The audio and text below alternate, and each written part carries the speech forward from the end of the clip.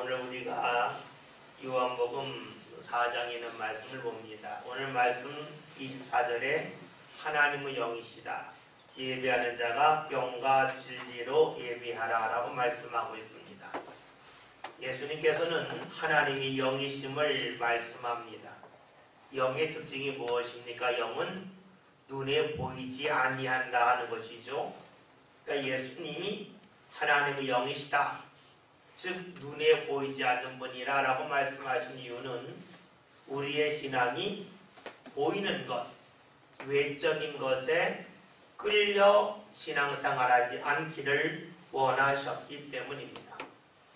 우리가 외적인 것에 자꾸 관심을 가지다 보면 어떻게 될까요? 거기에 눈이 밝아집니다. 그러면서 영이신 하나님 앞에 우리의 삶을 내어맡기는 일을 할 수가 없습니다. 우리가 흔히 하는 말로 이런 말이 있죠. 낮에는 별이 보이지 않습니다. 보이지 않는 이유는 세상이 너무 밝기 때문에 하늘에 별이 있어도 별이 보이지 않죠. 하늘의 별을 보려면 이 세상이 지금 어두울 때 보입니다. 그래서 우리가 별을 볼 수 있는 천문대가 있는 그 지역을 가보면 거기서 몇 킬로 내에는 그 도시가 형성되지 않아서 주위가 완전히 어두운 곳 그 위에 천문대를 세웁니다. 무엇을 말하냐면 이 주위가 어두워야 우리가 하늘을 볼 수 있는 것처럼 우리가 외적인 것에 관심을 내려놓을 때 비로소 영적인 하나님을 만날 수 있다 하는 것입니다. 우리가 이것을 또 반대로 보면 이렇게 볼 수도 있겠죠. 우리의 외적인 것이 어두워지는 상황이 되면 또 그것이 막히게 되어지면 내적인 것, 영적인 것을 본다는 겁니다. 오늘 우리 오영순 권사님 때 신방을 했습니다. 원래 이 가을 대신방 때에 할 예정이었는데 이사가 있어서 신방을 하지 못하고 또 이사하고 발로 하려고 그랬는데 그 암 진단을 받아서 신방을 미루다가 오늘 신방을 했습니다. 대신방 겸 그리고 이사 신방을 했습니다. 이 오 권사님이 제가 오늘 만나면서 굉장히 달라졌다는 걸 느꼈습니다. 이분이 몸이 아프고 또 이제 지금 방사선 치료받고 있잖아요. 그러면서 이분이 예전과는 굉장히 말씀하시는 폭이 달라졌습니다. 말씀하시는 거가 예전에 산소 뭐 할까요? 그러면 글쎄요 이거 준비했는데 했는데 오늘 말씀하시는 거가 오늘 마음에 감동이 2차식으로 오늘 불 370자 불렀으면 좋겠습니다. 그리고 하나님이 자꾸 이런 감동을 주십니다. 이렇게 이야기하시는 거예요. 보통 때 그런 얘기를 전혀 안 하셨던 분인데 이분이 몸이 아프고 힘들면서 철저하게 어떻게 될까요?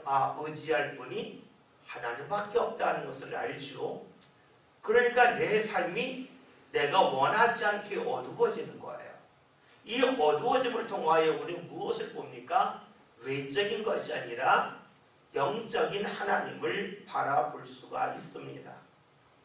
한나를 생각해 볼까요? 우리가 사무엘상 1장을 보면 한나가 나오지요.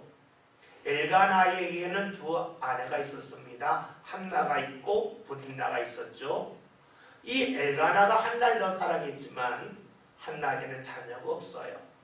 브린나에게는 자녀가 있어요. 브린나가 자꾸 한나를 힘들게 하고 괴롭히죠. 우리가 말씀을 보면 그 말씀 후에 한나가 하나님 앞에 서원 기도하는 내용이 나옵니다.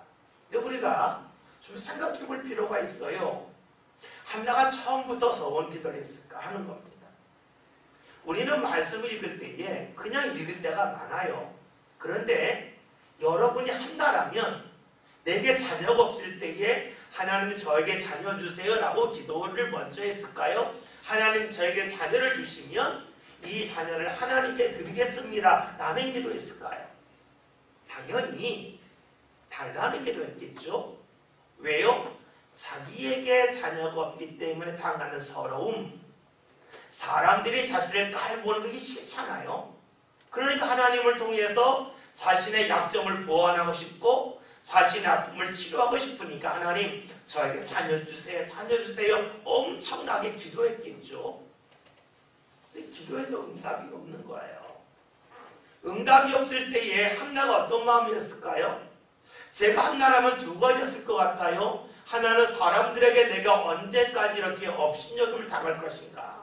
또 하나는 그런데 하나님마저도 나를 외면하시는구나. 이런 마음 들지 않겠어요? 사람에게로 버림받는 것 같고 기도해도 응답이 없을 때에 하나님에게 버림받은 그런 마음이 들겠죠. 그러면 어떻게 될까요? 야, 내가 하나님을 놓치면 안 되겠구나. 내가 그래도 하나님에게 버림받은 사람이 아니라 하나님이 나를 인정하는 사람이 되면 좋겠다. 그런 마음으로 하나님께 집중되지 않겠습니까? 그러는 가운데 그의 기도가 하나님 저 자녀 주세요 라는 기도가 하나님 저에게 자녀를 주시면 하나님께 드리겠습니다. 그렇게 넘어갔겠죠. 우리가 힘들 때에 하나님 저에게 뭐 주시면 다 드리겠습니다. 안 그러잖아요. 먼저 이거 주세요, 주세요, 주세요. 기도하고 또 기도하는데 그대로 안 될 때에 많은 분들이 기도 포기합니다. 그러면서 그러죠. 하나님도 날 도와주지 않네. 사람들이 나를 버리듯이 하나님도 나를 버리시네. 그런 마음 갖기가 쉬워요. 근데 하나님께서 자신의 기도 들어주지 않을 때 내가 하나님께 버림받았다는 마음 갖고 싶지 않은 겁니다. 그러니까 기도가 바뀌죠. 그러면서 소원 기도를 합니다. 하나님이 그 얘기를 들어주셨어요. 그리고 한나가 하나님 앞에 소원한 대로 자신이 낳은 아들 사무엘이 젖을 떼자마자 하나님께 드리죠. 그랬더니 어떻게 됩니까? 하나님이 그 후에 그에게 삼남이녀를 넣어주시죠. 우리는 여기서 알 수 있는 것이 있어요. 한나가 처음부터 하나님께 모든 것을 드리겠다고 했을까? 아니라는 거예요. 그런 사람이 어디 있어요?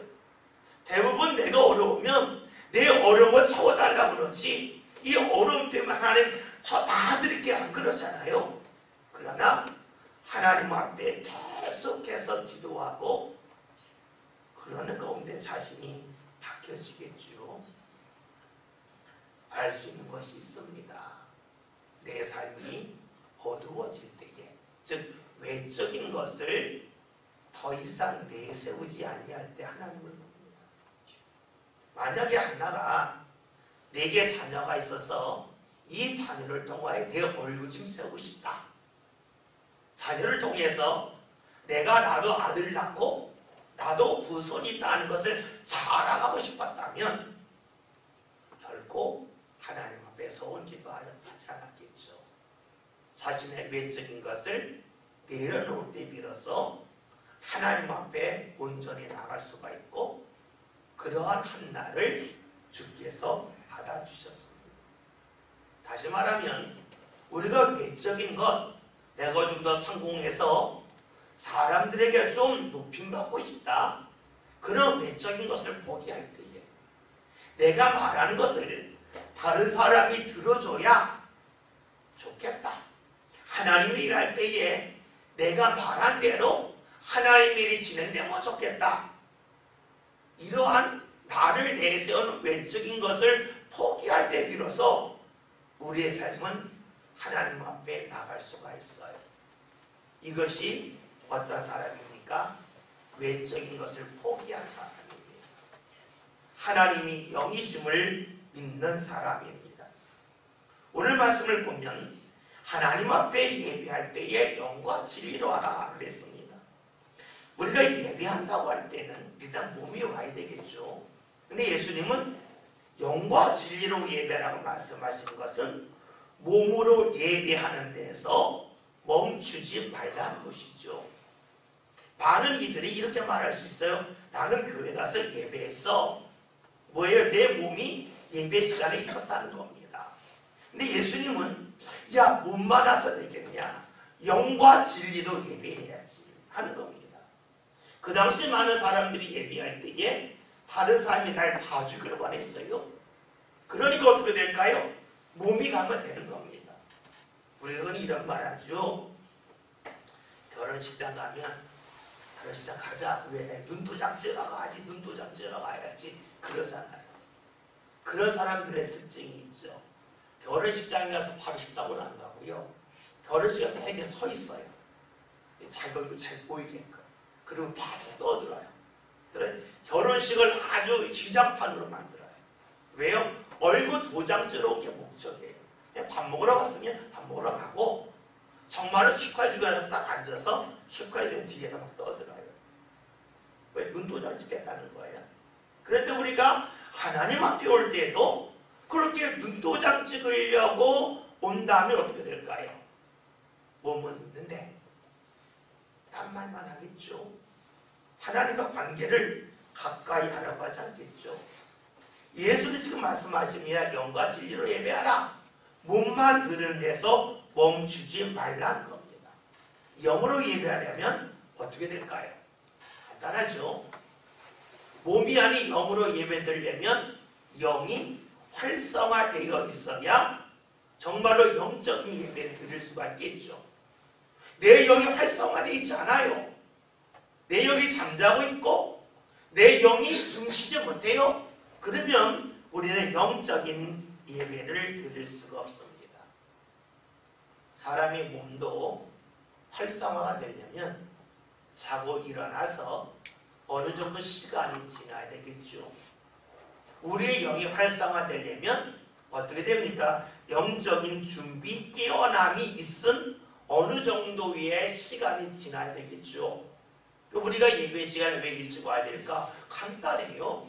우리가 운동을 할 때에도 몸을 운동할 수 있도록 어느 정도 활성화시켜 놓고 운동을 해야 몸이 결리지 않고 다치지 않잖아요. 우리의 영도 역시 그렇겠죠? 우리가 예배할 때에 일찍 와서 왜 기도할까요? 예배 시간에 영이 활성화되게끔 하기 위해서 그런 거 아니겠어요?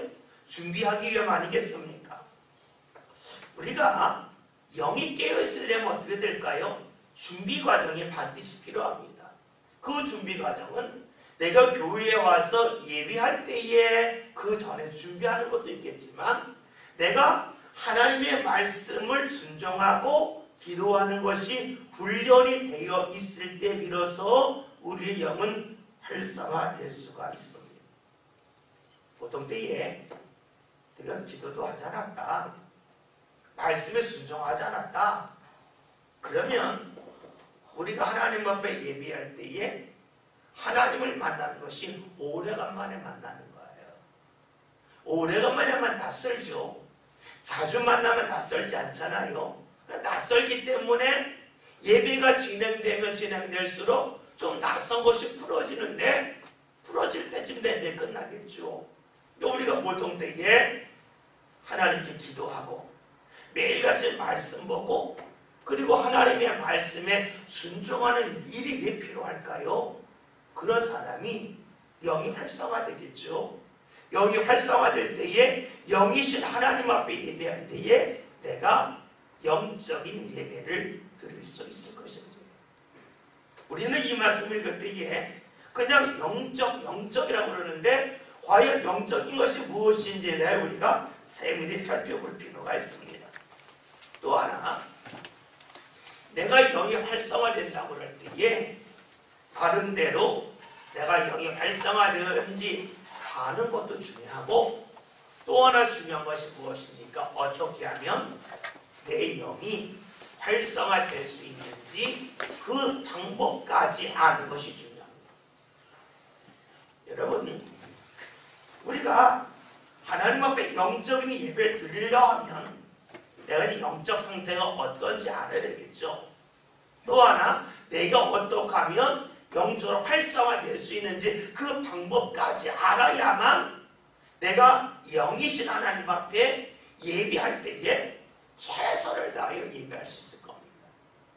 그걸 모르면 최선을 다할 수 없잖아요.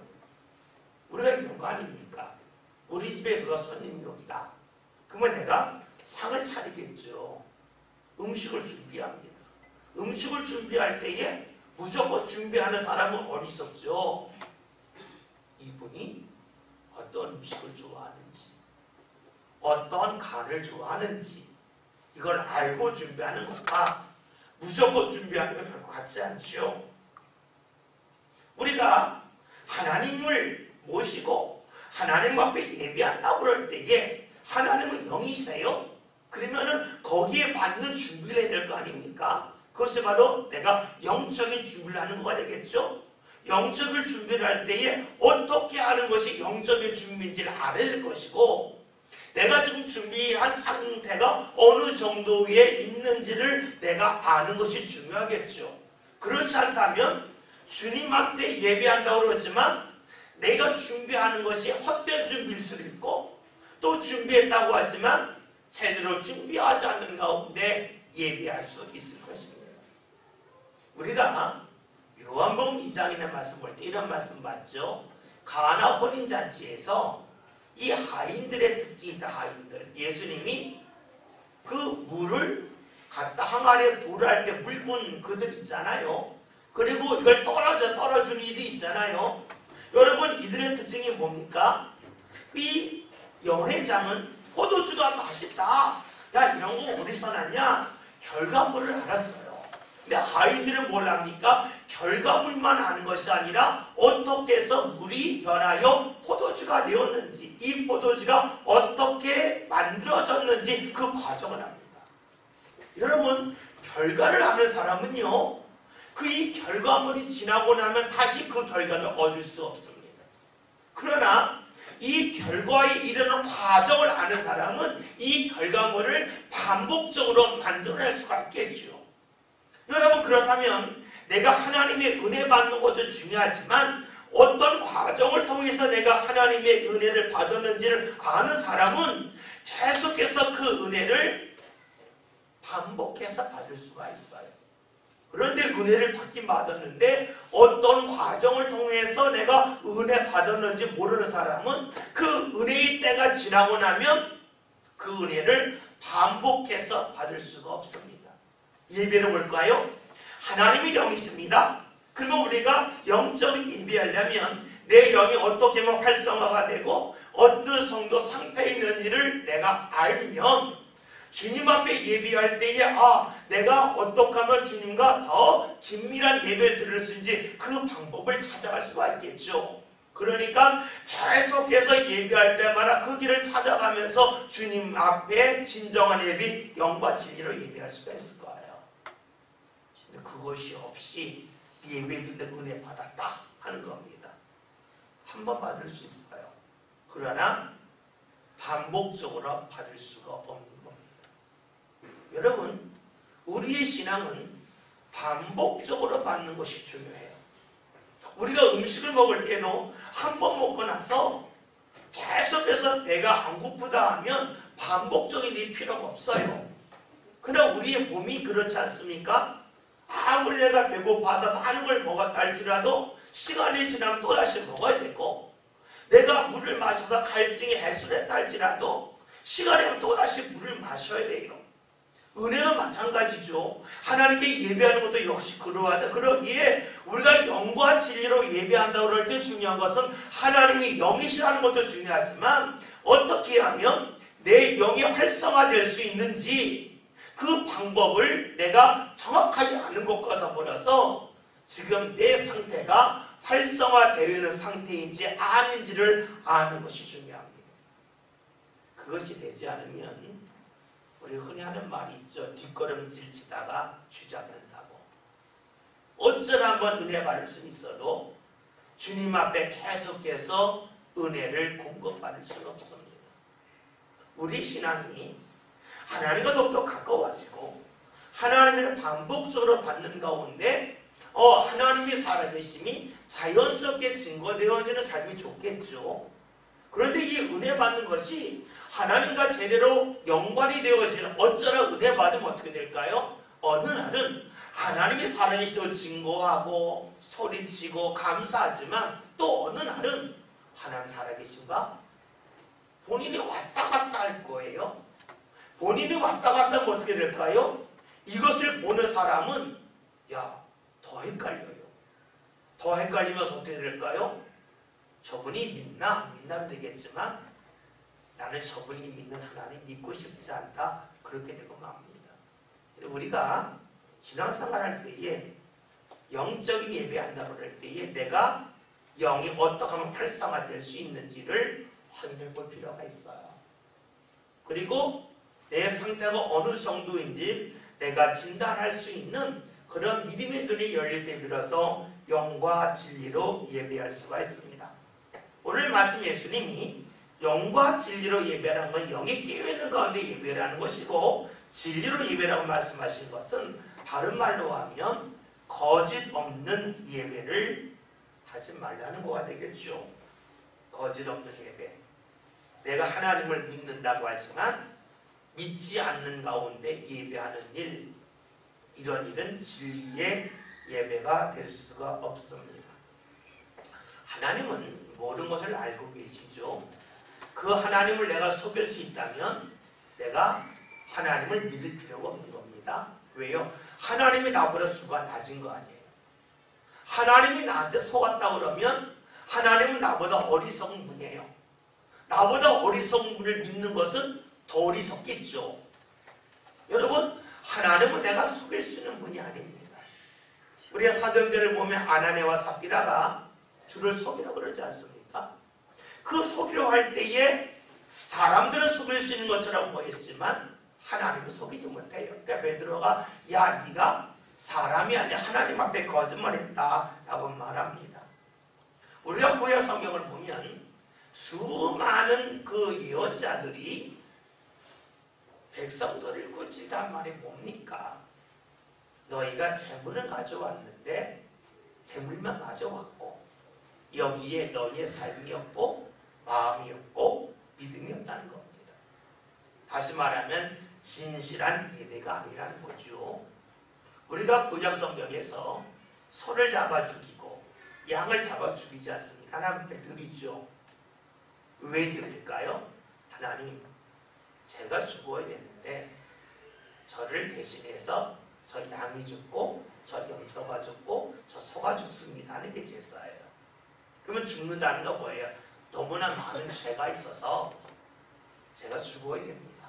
그러나 제가 죽을 수는 없고 대신 이 동물들이 죽습니다 하는 거예요. 그런데 제물에 드리지만 하나님 저 죄는 아닌데요. 저 잘못한 거 없는데요. 그러면 어떻게 될까요? 소 죽이면 안 되잖아요. 그런데 죽이고 드리는 거예요. 그러니까 거짓된 예배가 되는 거죠. 믿음이 없이 드리기 때문에 거짓된 예배가 됩니다. 마찬가지예요. 오늘 우리가 예배할 때에 예수님이 나를 대신해서 돌아가셨다는 것을 믿고 드려요. 왜? 내가 죄인이라는 겁니다. 내가 죄인이라는 고백이 없이 예배한다면 그 예배는 거짓된 예배가 되겠죠.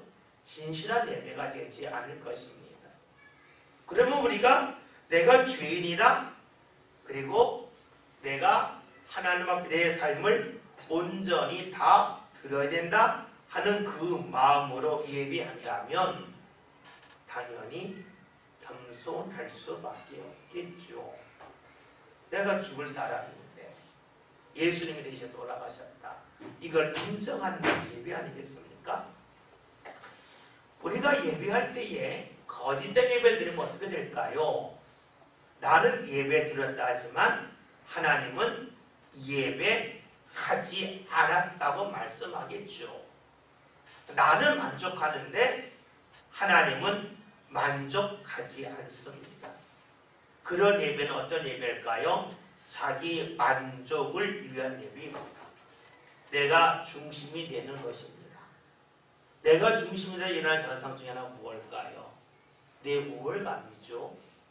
내가 중심이 됐을 때는 내가 우월하니까 내가 중심이 되는 거예요. 아, 내가 부족하다 하는데 내 중심으로 하지 안 그러잖아요. 내가 잘한다고 생각하니까 내가 중심이 되죠. 나는 아무것도 할 줄 몰라 그런 사람이 내가 중심이 되겠다 말하지 않아요.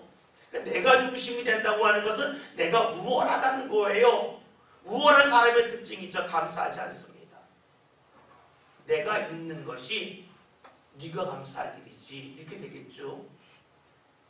여러분, 자기 만족을 위한 예배는 내가 중심이 되고 내가 중심이 되면 결코 감사하지 않습니다.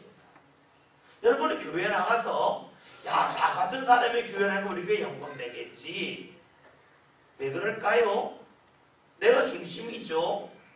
내 만족이죠. 내가 하나님 앞에서 내가 중심이 되겠다는 거예요. 여러분, 그럴수록 감사가 없습니다. 이 감사라고 하는 것이 입술로 감사, 또 물질로 감사하는 것도 필요하지만 더 중요한 것이 내가 진짜로 감사하냐. 여러분, 진짜로 감사할 때에 우리는 결코 교만할 수 없습니다.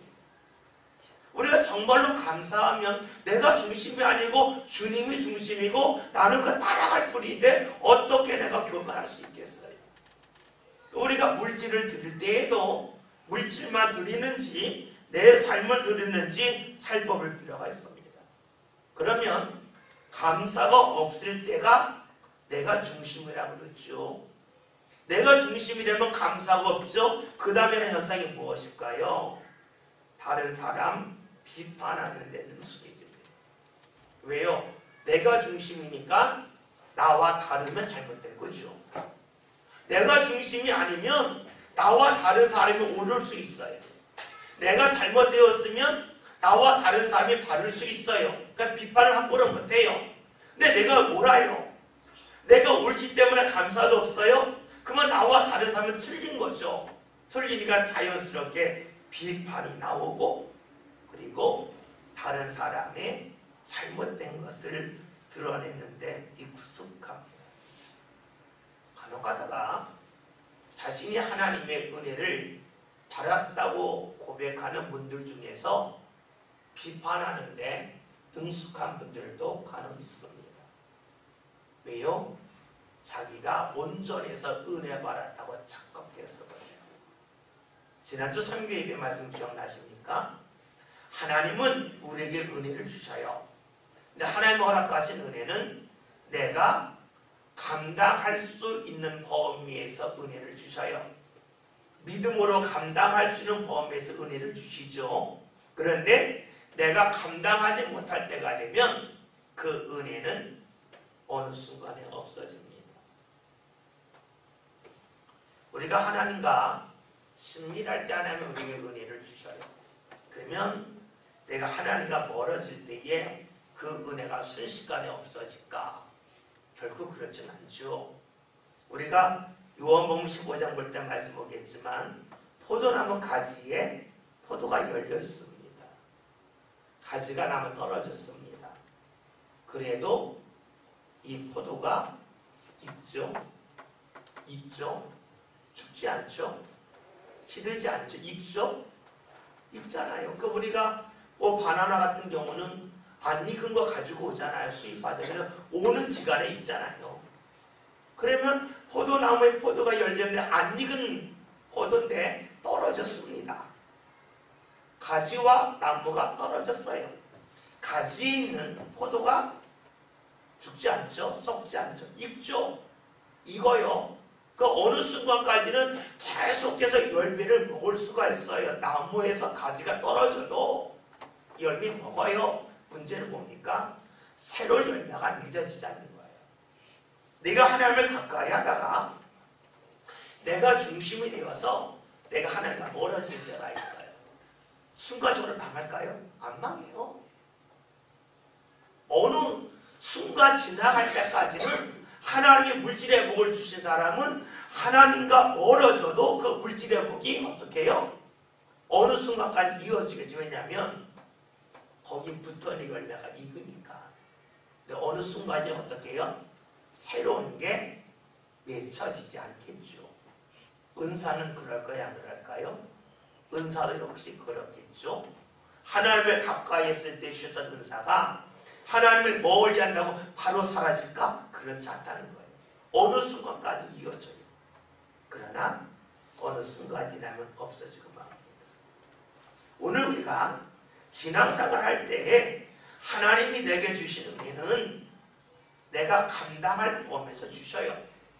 그렇기 때문에 우리가 더 많은 믿음의 길을 걸어가는 게 필요하겠죠. 믿음의 근력을 키우는 게 필요해요. 믿음의 근력을 키울 때에 거기에 걸맞는 은혜는 계속해서 임할 수밖에 없습니다. 그런데 우리가 주님이 은혜 주셨지만 믿음의 근력이 빠지면 어떻게 될까요? 감당기 힘든 은혜가 되겠죠. 우리가 약을 먹을 때에도 정량이 있어요. 그 정량보다 더 많이 먹으면 그걸 말하면 뭐라 남용이라 남용. 더 많이 먹었다는 거가 되겠죠. 여러분, 내가 머리가 아플 때 두통약을 먹는데 하나를 먹었는데 열을 먹었습니다. 어떻게 될까요? 그것이 내 머리를 낫게 하는 게 아니라 내 머리를 망가뜨릴 수 있겠죠. 그래서 우리가 하나님 앞에서 믿음을 가지고 은혜를 받지만 그 은혜는 내 믿음에 걸맞는 은혜를 주신 거예요. 따라서 내가 계속해서 믿음으로 나아가면서 그 은혜를 감당할 생각을 해야지. 나는 하나님이 특별히 사랑하셔서 나에게 더 많은 은혜 주셨구나.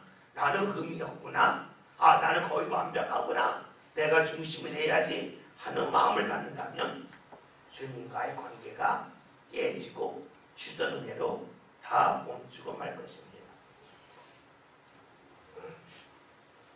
그러므로 우리에게 필요한 것이 무엇일까요?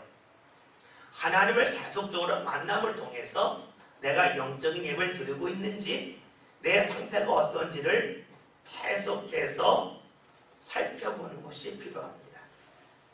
하나님과의 만남, 그 만남 속에서 나 자신이 내가 부족한 사람인데 주께서 은혜 주셨구나 하면서 감사하는 모습이 필요하겠죠. 얼마 전에 이 백종원 씨 있죠. 백종원 씨가 인터뷰한 기사가 있었어요. 그걸 보고 제가 많은 걸 깨달았는데 이런 내용이었어요. 그가 맨 처음에 고깃집을 했대요.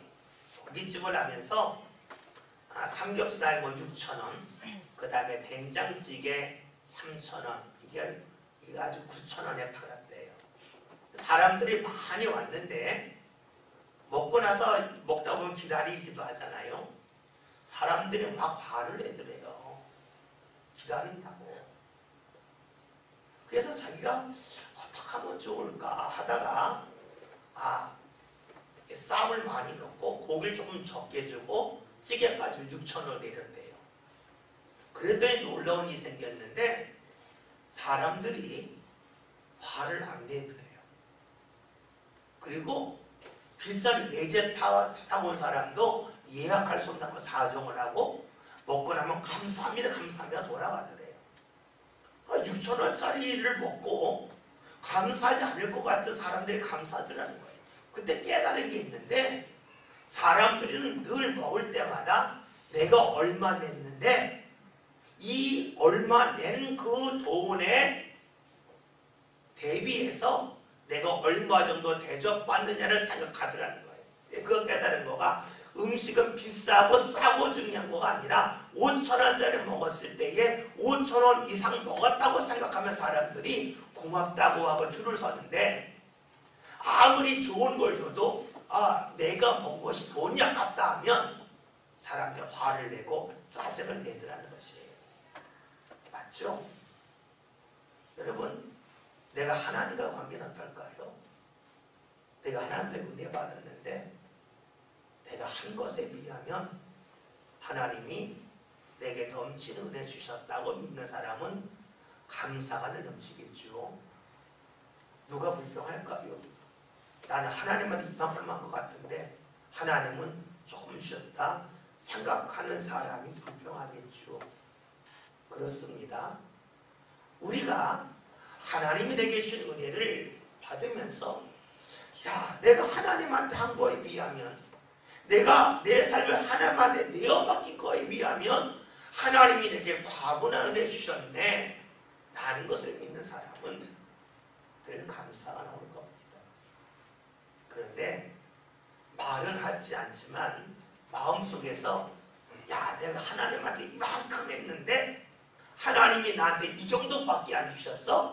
라고 생각하면 감사가 사라지고 말 것입니다. 감사가 사라질 때에 그리고 하나님에 대하여 내가 더 이상 은혜 속에 산다고 하는 그 고백이 없을 때에 우리의 예배는 우리가 진실한 예배, 마음을 다한 예배 드릴 수가 없겠죠. 예배는 드리지만 진정한 예배가 되지 않을 것입니다. 여러분, 신앙의 갈등과 타락이 언제 나타날까요? 그것은요, 예배의 실패함을 통해 나타납니다. 내가 영과 진리로 예배하지 아니할 때에 예배는 실패해요. 예배를 실패하고 나면 하나님과 관계를 바로 설정하지 못하였기 때문에 감사가 사라지고 원망이 많아지고 신앙은 갈등적인 신앙이 되고 말아요. 그리고 어느 순간에 내 신앙이 주님이 원하신 길에서 멀리 떨어지고 말 것입니다. 26절 다 같이 함께 읽습니다. 25절 읽습니다. 여자를 계시하고 그리스도라 우리나라 심심을 내가 아니 그가 오시면 모든 것을 우리에게 알려주시리라. 예.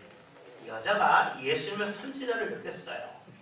선지자를 여길 때에 예배의 장소에 대한 질문을 했습니다. 예배에 관한 질문을 하죠. 예수님은 장소에 관하여 말씀하지 아니하시고 어떻게 예배해야 될지에 관하여 말씀하셨어요. 즉 본질적인 것에 관한 답을 예수님이 해주셨습니다. 이때에 이 여자는 예수님을 선지자로 여겼기 때문에 주의 말씀을 받아들입니다. 근데 무엇을 받아들여요? 머리로만 받아들여요. 그가 하는 말이 뭐냐면 그리스도가 오시면, 메시아가 오면 모든 것을 알려주실 거라고 이야기해요. 모든 것을 알려주실 거라고 말한 것은 예수님 말씀하신 것이 모든 것이 아니기 때문에 이 말했겠죠. 이 여자가 들을 때 예수님이 모든 것을 다 알려주셨다라고 그가 믿는다면 그리스도가 오셔서 모든 것을 알려주실 것이라는 고백 안 했을 겁니다. 지금 이 여자는 그리스도가 오시면 모든 것, 예배에 관한 모든 것을 알려주실 거라고 말하고 있어요. 즉, 이 이야기는 예수님이 모든 것을 다 알려주지 않았다는 겁니다. 예수님이 알려주신 것, 영과 진리로 예배하는 것, 그것이 예배의 모든 것이 아니라고 생각하기 때문입니다. 지금 이 여자의 고백 속에서 우리는 이 여자가 지금 주님 앞에 영과 진리로 삶으로 예배하는 것, 그 위에 무언가 더 있어야 된다고 하는 그 마음이 있음을 봅니다. 무엇을 말할까요? 내적인 거 말고 거기에 외적인 화려함이 좀 필요한 거 아니겠냐 하는 그런 마음이겠죠. 우리가 간혹 가다 보면 이 교회들 중에서 이런 교회들이 있어요. 찬양대 했을 때에 우리 교회는 찬양 잘하는 사람이 없네. 어쩔 수 없다. 성악가사 불러야 되겠다. 솔리스트 불러다가 한 주에 10만 원씩 15만 원 주면서 네가 좀 해라. 그런 교회들이 적지 않죠. 왜 그래요? 그래 찬양을 잘하니까. 그렇죠? 그거는 질문을 해야 될 거가 있어요. 하나님이 우리와 기가 똑같을까? 하나님도 누가 믿음 있건 없건 그냥 목소리 좋고 발성 잘하면 그 찬양 받으실까? 그런 하나님이라면 우리가 하나님 앞에 물질을 드릴 때에도 보다 많은 물질을 드려야 받으시는 하나님 되겠죠. 우리가 하나님 앞에 찬송을 잘하는 사람 우리 귀에 없으니까 외부서 모셔다가 좀 사례하면서 지금 그런 분을 많이 세워서 좀 화려하게 하자. 그러면 하나님이 그 예배를 통하여 더 영광받지 않겠냐라고 생각할 수도 있겠죠. 이 여자가 생각한 게 뭘까? 이런 거 아닙니까? 영과 진리로 예배된다. 하지만 그거 말고 더 좀 추가되지 않겠습니까? 하는 마음이겠죠. 제가 예전에 우리 교회 학생들, 청년들이 이런 말 했습니다. 악기 배워라. 교회에서 파티해줄게. 배워라. 배워서 해라. 여러분, 외부에서 불러다가 돈 주면 쉬워요. 그런데 믿음이 없이 그냥 외적 화력을 가지고 예배한다 그러면 하나님 얼마나 기뻐하실까요? 우리가 원하는 하나님은 내가 가진 것이 없어도, 내가 때로는 건강하지 못해도 나와 함께 하시고 나를 붙잡아준 하나님 원하는 건 아니겠어요? 그런데 왜 예배 때는 안 그래요? 그러면 내가 나음에 건강이 사라지고 물질이 좀 부족할 때 하나님, 야, 너 이제 갈 때까지 갔다. 나 네가 건강할 때 좋았는데 네가 아프니까 별로다. 네가 부자할 때 좋았는데 너 소득이 줄었구나. 나도 별로다.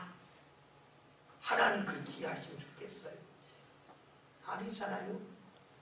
우리는 내 모습 그대로 받으시는 하나님 원하잖아요. 내가 부족하면 부족한 대로 나를 받으시는 하나님 원하는 겁니다.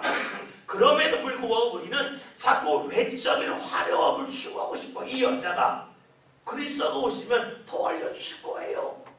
영과 진리로 예배하는 것 말고 더하기 뭔가 있어야 되지 않겠습니까? 외적 화려함이 있어야 되지 않겠습니까? 라는 마음이 이 여자에게 있어요. 그리고 선지자가 아닌 그리스도가 오면 그것을 알려주실 거라는 기대가 있습니다. 여러분, 신앙생활 할 때에 필요한 것이 있고 필요하지 않는 것이 있죠. 우리가 하나님의 사족이라는 거예요. 사족. 뱀 사자에다가 발족자 쓰는 거죠. 누가 뱀을 그리는데 빨리 그리고 나서 좀 더 멋있게 그려에다가 뱀에다가 발을 그리다가 엽서가 늦게 그렸다 얘기가 있어요. 사족이죠. 쓸데없는 짓 하다가 뭐 졌다는 겁니다. 우리 인생도 우리 예배도 그럴 수 없겠죠.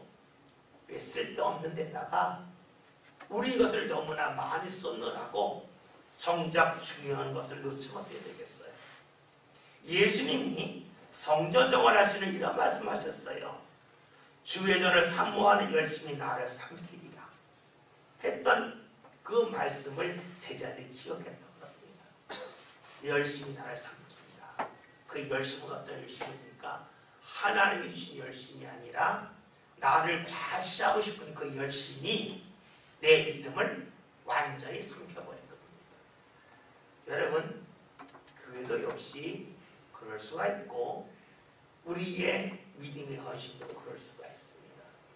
믿음의 열정이 나를 위한 열정이어서 그것이 나를 삼키지 아니할수록 할 필요가 있을 것입니다.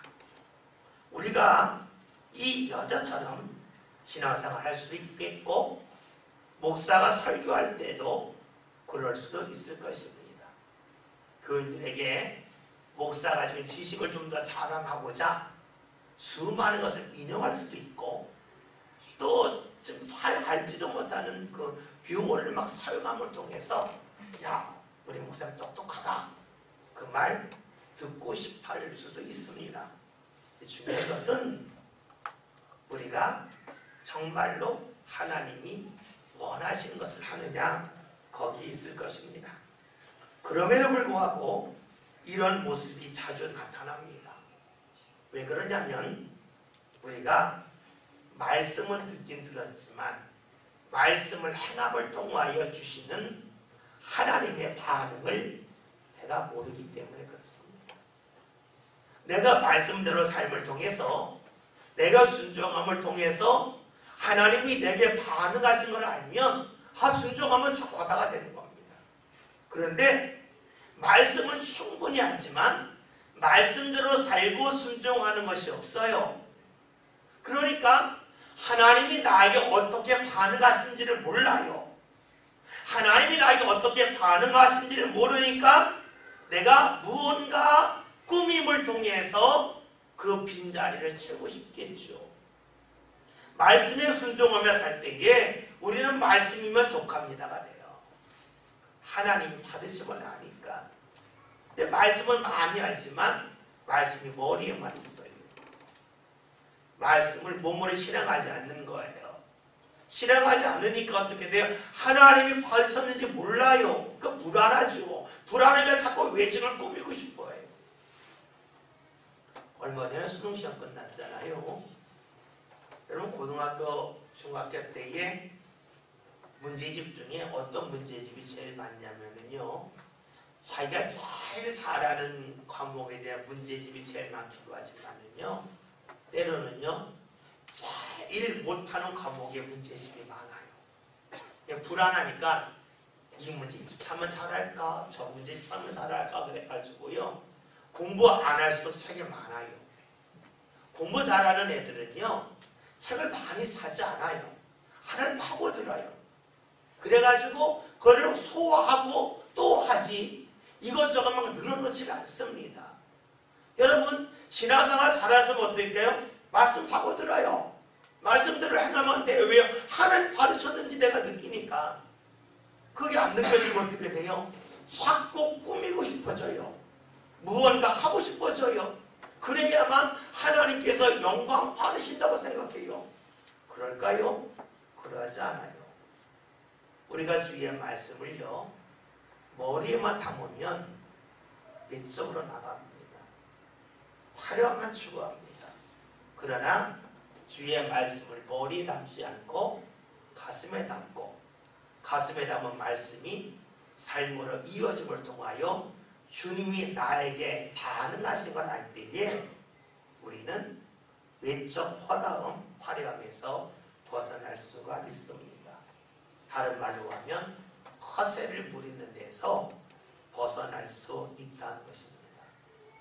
간혹 가다 보면 좀 말씀을 좀 공부했다고 해서 자꾸 말씀을 가지고 논쟁하기 좋아하는 분들도 간혹 있습니다.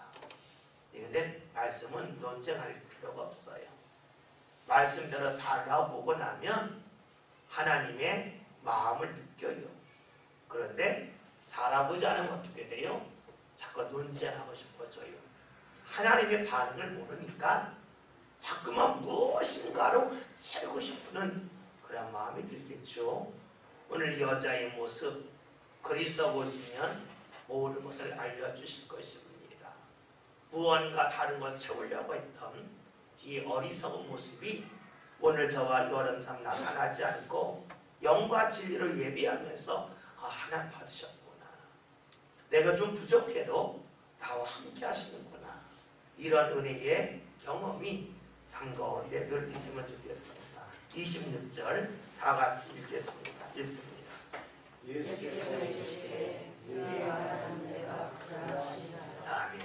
지금 이 연이 예수 맺자마자 당신 유대인 아닙니까? 말했던 거 기억나시죠? 그래서 야곱의 우물에서 당신이 야곱보다 큰 사람입니까? 라고 이야기했고 또 당신은 선지자입니다 이야기했습니다.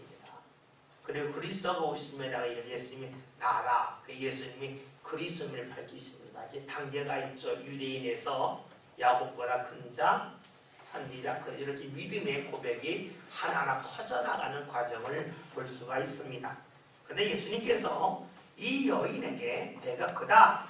그리스도가 오시면 모든 것을 알려줄 겁니다. 라고 하는데 내가 그리스도다 말씀하십니다. 그리고 나서 모든 것, 즉 이 여자가 생각한 것 중에서 영과 진리로 예비하는 것 말고 더하기 뭔가 있을 줄 알았는데 예수님이 뭔가 없다라 하시는 거예요. 아무 말씀도 안 하시죠. 이 여자가 생각한 대로 영과 진리로 예비하는 것 말고 뭔가 더 있어야 모든 것이 된다 했다면 내가 그리스도다. 그리고 영과 진리로 예비할 뿐만 아니라 더하기 뭐하라고 말씀하셔야 되는데 예수는 그 말씀을 안 하셔요. 왜요? 이미 다 끝난 거예요. 영과 진리로 예비만 된 거예요. 영과 진리로 예비했다고 하는 것은 하나님이 영적인 분이시다. 눈에 보이지 않는 분이다. 외적인 화려함을 추구하지 말라는 거죠. 그와 더불어서 내가 영으로 예배드리기 위해서 내가 어떻게 하면 영이 활성화될 수 있는지를 알아야 되고 내 영이 활성화되어 있는 내 상태를 알 때에 비로소 영적인 예배를 드릴 수가 있을 거예요. 그리고 진실한 예배, 내가 믿음 있는 예배죠. 겉만 드리는 것이 아니라 정말로 내 삶을 드리는 예배, 그거면 족한 거예요. 이 여자는 더하기 무언가 있어서가 예수님 아니다 하니까 더 이상 말씀을 하지 아니하십니다. 중요한 것은 우리가 예배를 드림을 통해서 하나님을 경험하는 겁니다. 그리고 예배를 통하여 하나님을 경험한다고 하는 것은 내가 지금까지 살아왔던 그 모습들이 예배를 통하여 증명되어지는 것이 되겠죠. 여러분, 학생들이 시험을 본다고 하는 것은 다른 말로 하면 지금까지 공부를 어떻게 왔는지 증명하는 게 시험이죠. 우리가 하나님 앞에 예배한다고 하는 것은 내가 지금까지 어떻게 살아왔는지를 증명하는 시간이 될 겁니다. 그래서 예배 시간에 내가 찬송할 때에 마음이 모아졌다 그러면 그것은 내가 지금까지 하나님 앞에 가까이 다가서는 삶을 살았다고 하는 증거예요. 내가 기도할 때에 다른 생각이 나지 않고 하나님에게 집중되었다고 하는 것은 내가 하나님을 바라보며 살아왔다는 증거예요. 내가 말씀을 들을 때에 이 말씀이 틀렸다, 맞다. 목사가 오늘 말하는데 문장이 좀 왔다 갔다 한다. 예화가 좀 이상하다. 자꾸 꼬투리를 잡을 수도 있을 거고, 또 때로는 부족한 걸 알지만 그 속에서 하나님이 주시는 말씀이 이거구나 붙잡는 사람이 있겠죠. 그럼 뭘 말해요? 지금까지 내가 살아왔던 믿음의 삶을 증명하는 것이 예배예요. 그리고 이 예배는요, 신앙을 진단하는 척도입니다. 오늘 저와 여러분이 예배함에 있어서 예배를 통해서 내가 지금까지 어떻게 살아왔구나, 그리고 나는 모르지만 내 마음속에 무엇이 자리 잡고 있었구나 하는 것을 스스로 발견할 수가 있고, 이를 알물 통해서 어떻게 하면 내가 하나님 앞에 더 가까이 갈 수 있을까 하는 그 길을 주께서 감동 주시기를 소망하고, 그 감동에 따라 움직이는 가운데 하나님을 더욱더 가까이 하는 그런 신앙이 삶 가운데 자연스럽게 나타나시길 바라겠습니다. 하나님은 영이십니다.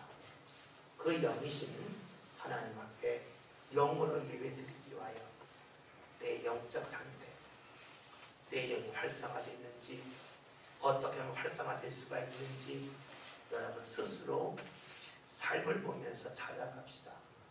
이를 통해서 우리의 신앙이 말씀을 지식적으로 아는 그런 신앙이 아니라 하나님을 경험하는 그런 신앙이 될 수 있기를 주의 이름으로 기도드립니다.